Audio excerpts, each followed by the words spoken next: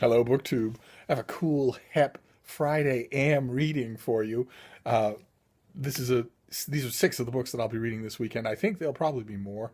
There'll be a couple of deadline books for a review, and I think there's one reread in the bunch here, and I think there'll be another. But we'll start with something I haven't read yet, and that's this. Since We Fell by Dennis Lehane. This comes out in May, and it's his next thriller. It's a contemporary thriller. Uh, uh, Since We Fell follows Rachel Childs, the former journalist who, after an on air meltdown, lives as a virtual shut in. In all other respects, however, she enjoys an ideal life with an ideal husband until a chance encounter on a rainy afternoon causes that ideal life to fray. And I have a love hate relationship with Dennis Lehane. I think his historical fiction is uniformly excellent. I think his contemporary stuff is often terrible, and so I don't know quite where to go. I know that when I was starting the first chapter of this book, let me read it to you. Uh, Rachel was born in the Pioneer Valley of western Massachusetts. It was known as the region of the five colleges: Amherst, Hampshire, Mount Holyoke, Smith, and the University of Massachusetts, and it employed 2,000 faculty to teach 25,000 students. She grew up in a world of coffee shops, B&Bs, wide town commons, and clapboard houses with wraparound porches and musky attics. In autumn, leaves fell by the tubful and choked the streets, spilled into sideways, and clogged fence holes. Some winters, snow encased the valley in silence so dense it became its own sound. In July and August, the mail carrier rode a bicycle with a bell on the handlebar, and the tourists arrived for summer stock theater and antiquing. Now, you can see my problem right away. when I embark on a novel like that. That paragraph is one solid frozen block of cliches. The whole of it was. There isn't a single thing in it that isn't. And that's a bad beginning for a novel. That leads me to think that no one in here is going to be anything other than what Lehane remembers vaguely from a movie that he saw as a kid. But I'm going to give it a try because it's fairly big. It seems fairly ambitious, so we'll give it a try. And the next one is it's a graphic novel. It's The Rise of the Dungeon Master. This is a graphic novel about Gary Gygax, who created Dungeons and Dragons. It's all in black and white illustrations. The illustrations are by Corin Shadmi, and the text is by David Kushner. And it's the whole story from childhood all the way to, multi-billion-dollar success of the creator of Dungeons and Dragons. It seemed irresistible to me, so I'll be doing that. And then the next one is a reread. One of the rereads, I think there might be another on the horizon here on the weekend, but it's a reread that I just found the other day in a Book of the Month Club, A Room with a View by E.M. Forster. This is his. I thought the Book of the Month Club edition was kind of pretty, and it was free, so I snapped it up. I haven't read Room with a View in probably 15 years. Uh, Forster wrote it. He published it in 1908 or 1909, something like that. But he'd written chunks of it earlier, and as it was his way, uh, didn't really bother to make a cohesive unit out of it. It's a swoon story. It hides that fact under layers of literary artsy fartsiness, but it's really a swoon story. If Forster were alive today, if he were writing this book today, it would be very different. It wouldn't have any of the heavy coding that goes on in here. The desire and the thwarting of desire and the longing wouldn't be heterosexual.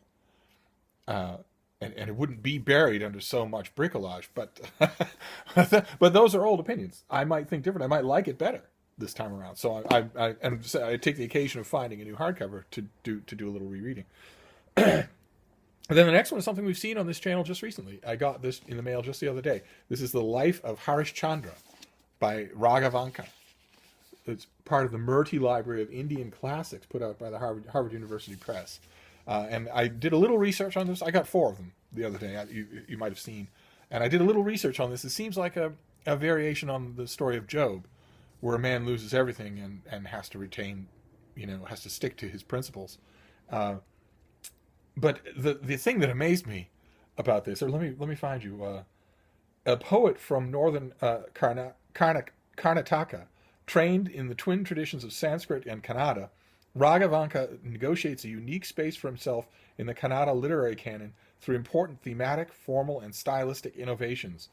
The conflicts he addresses of hierarchical social order, political power, caste, and gender are as relevant to contemporary India as his own times. And then listen to this part. This is just astonishing. Accompanied by the original text in the Kannada script, this spirited translation, the first into any language, brings the singular work to a global readership. Can you imagine? This is the first translation of the life of Harish Chandra that's ever existed. So, and I cannot even begin to read the text that's on the facing page. So I'm going to read the introduction. I'm going to study the notes and the critical apparatus. I'm going to try and absorb as much of this work as I can. It's 1,000 years old, and this is its first translation. I think that's amazing. And then the next one is it's a reread, but it's a very contemporary reread. It's March 1917 by Will England. This is his book about the tipping of the United States into World War One. And I read the ARC months ago and thought it was quite good.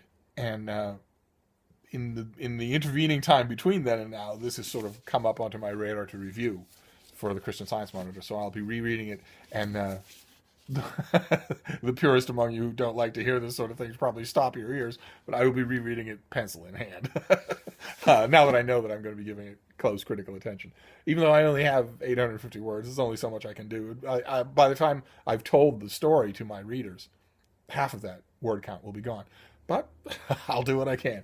And the next one is also something we've seen on this channel before, and I meant to get to it much earlier than I have, and I haven't done it. It's from, I think, earlier this year. It's still 2017, but I should long since have gotten to this. This is Peter Lake. This is How Shakespeare Put Politics on the Stage. It's a chunker of a study of Shakespeare's history plays, which I love. And I had the advanced copy of this, and it's been sitting there staring at me, and I haven't done anything with it. So I'll be reading this as well. So I've got, let me see if I can, I'm using a different setting here so that the sunlight doesn't blast me out of existence.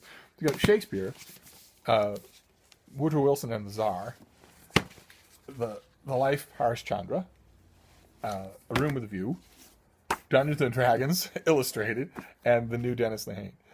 So that is my cool, hip Friday AM reading, at least provisionally. One of these might get knocked out, something might take their place, other things might be added to it, but for now, that's what I'll be reading this weekend. And I'd love to, as usual, in the comments, I'd love to hear what you're reading this weekend. And now I'm going to go because the babies are upset that I'm not with them. So I'll see you soon, Book 2. Thank you.